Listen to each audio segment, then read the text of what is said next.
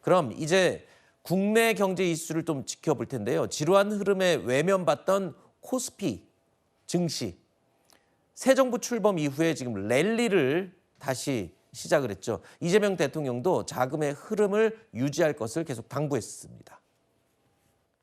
제가 이제 개미 중에서도 꽤 큰 개미인데 왕개미까지 못 되더라도 큰 개미인 건 맞는데 우리 경제 영역 중에서도 이렇게 자본시장의 핵이라고 할 주식시장이 선진국에 비해서 또는 다른 나라들에 비해서 저평가되고 있어서 대한민국의 투자 수단이 주택 또는 부동산으로 한정되다 보니까 자꾸 이 주택이 투자 수단 또는 투기 수단이 되면서 주거 불안정을 초래해 왔습니다. 다행히 최근에 주식시장, 금융시장이 좀 정상화되면서 대체 투자 수단으로 조금씩 자리 잡아가는 것 같아요. 이 흐름을 잘 유지해야 되겠다는 생각이 듭니다. 자, 오늘 주식은 살짝 주춤하긴 합니다만 네. 불과 얼마 전까지만 해도 코스피 지수 3,000은 정말 까마득해 보였는데 네. 이미 점프했고 네, 이제 그렇습니다. 4,000까지 바라보고 있어요. 네, 그렇습니다. 이제 이재명 정부 출범 이후에 코스피 수익률을 보면 거의 15% 육박. 어우. 세계 주요국 선진국과 비교해도 수익률 1위 그러니까요. 달성을 했죠. 참 어떻게 보면 격세지감이죠. 작년에는 거의 꼴찌 수준이었는데 그러니까요. 이렇게 바뀌었으니까요.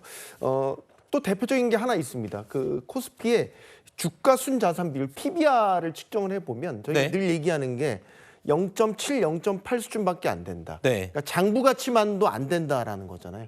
최근에 한 배 달성했습니다. 네. 이제 코스피가 본전. 예. 그러니까 제값을 받기 시작했다라는 네. 것으로 이제 해석을 할 수 있는 거거든요. 그 지금 물론 좀 조정을 받고 있기는 하지만 앞으로에 대한 우상향에 대한 기대는 계속해서 이어지고 있단 말이죠. 네. 아까 이재명 대통령 발언에서 나왔지만 자본시장을 여러 가지 측면에서 이제 바꿔내려고 하는 이런 시도들이 지금 있지 않습니까? 대표적으로 네. 상법 개정 거의 국회 통과가 임박했죠. 그다음에 주식시장 투자자들한테 민감한 배당 소득에 대한 과세 체계를 개편하는 문제. 이렇게 자본시장의 체질을 바꾸어서 시중에 도는 자금들이 부동산이 아닌 아하. 주식시장으로 들어오게 하겠다라는 거대 물줄기를 바꾸겠다라는 지금 방향성을 갖고 이런 정책들이 추진되고 있기 때문에 네. 일단 투자자들은 그런 부분들에 있어서 기대를 갖고 계속해서 매수세가 이어지고 있는 게 아닌가 이렇게 생각해 볼 수 있습니다. 일단 죄송합니다. 얘기를 정리해 보면 네. 부동산은 좀 죄고 주식은 좀 풀어주고 네. 이렇게 해서 자금이 부동산에서 이제 주식 시장으로 좀 들어오게 이렇게 유도하는 그게 기본 방향이다 이렇게 이해가 되는데 이재명 대통령이 주식 시장으로 이렇게 투자의 물꼬를 트려는 건 결국에는 부동산 문제 때문입니다. 이 대통령의 취임 초반을 좌우할 핵심 사안 역시 집값이죠. 민주정권이 지금까지 집권했을 때 집값이 올랐어요. 왜 그랬을까? 저는 생각을 바꾸기로 했습니다. 나는 A 지역에 있는 아파트라면 평당 100억이라도 주고 사겠다는 사람이 굳이 있으면 그거 사지 마라. 그럴 필요 없이 그 가격에 맞게 세금을 더 받으면 되는 거 아니겠습니까? 안정적인 부동산 정책으로 시장을 존중하고 굳이 무리해서 누르면 누를수록 더 많이 오르는 이런 이상한 현상을 더 이상 유발하지 않도록 하겠습니다. 바로 저 부분이에요. 그러니까 100억짜리 집도 사겠다 하면 막지 말자. 그냥 사게 냅두자. 네. 이게 이번에 부동산 대책 발표 때 교수님도 그 말씀하셨어요. 네. 강남은 해당이 별로 안 될 것 같다. 그러니까 돈 많은 사람들, 강남에 집 살 사람들은 그럼 살아. 대신 이게 다른 지역으로 퍼지는 걸 막겠다. 그런 취지로 지금 읽혔잖아요. 네. 그런데 이게 6억 원으로 상한이 딱 정해져 있다 보니까 오히려 진짜 실수요자, 서민들은 주택을 살 길이 막히고 그래서 오히려 대부업 쪽으로 은행에 대출이 안 되니까 제2금융권이나 아니면 비금융권 쪽으로 눈을 돌리게 되면 가게가 더 힘들어지는 건 아니냐, 부작용 아니냐 이런 얘기도 나오거든요. 네. 그래서 지금 이제 신용대출 같은 경우도 네. 연소득 내로 이제 그 이상 못 받게 이번에 제한을 걸어놨지 않습니까? 네.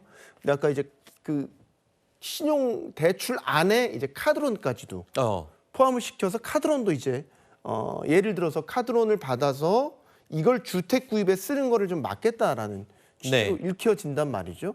그러니까 물 셀 틈 없이 대출 제한을 거는 거는 이해는 되는데 한편으로 걱정은 되죠. 카드론의 용도가 과연 주택 구입으로 쓰는데 얼마나 사용이 될까? 많이 받진 못할 것 같은데요. 평균 금리가 14에서 15% 정도 엄청 되거든요. 높죠. 네. 그 정도의 금리 부담을 안고 과연 이걸 주택 구입을 하는데 쓰는 사람은 없을 아주 것 특수한 경우를 네. 제외하고는 없을 것 같은데 네.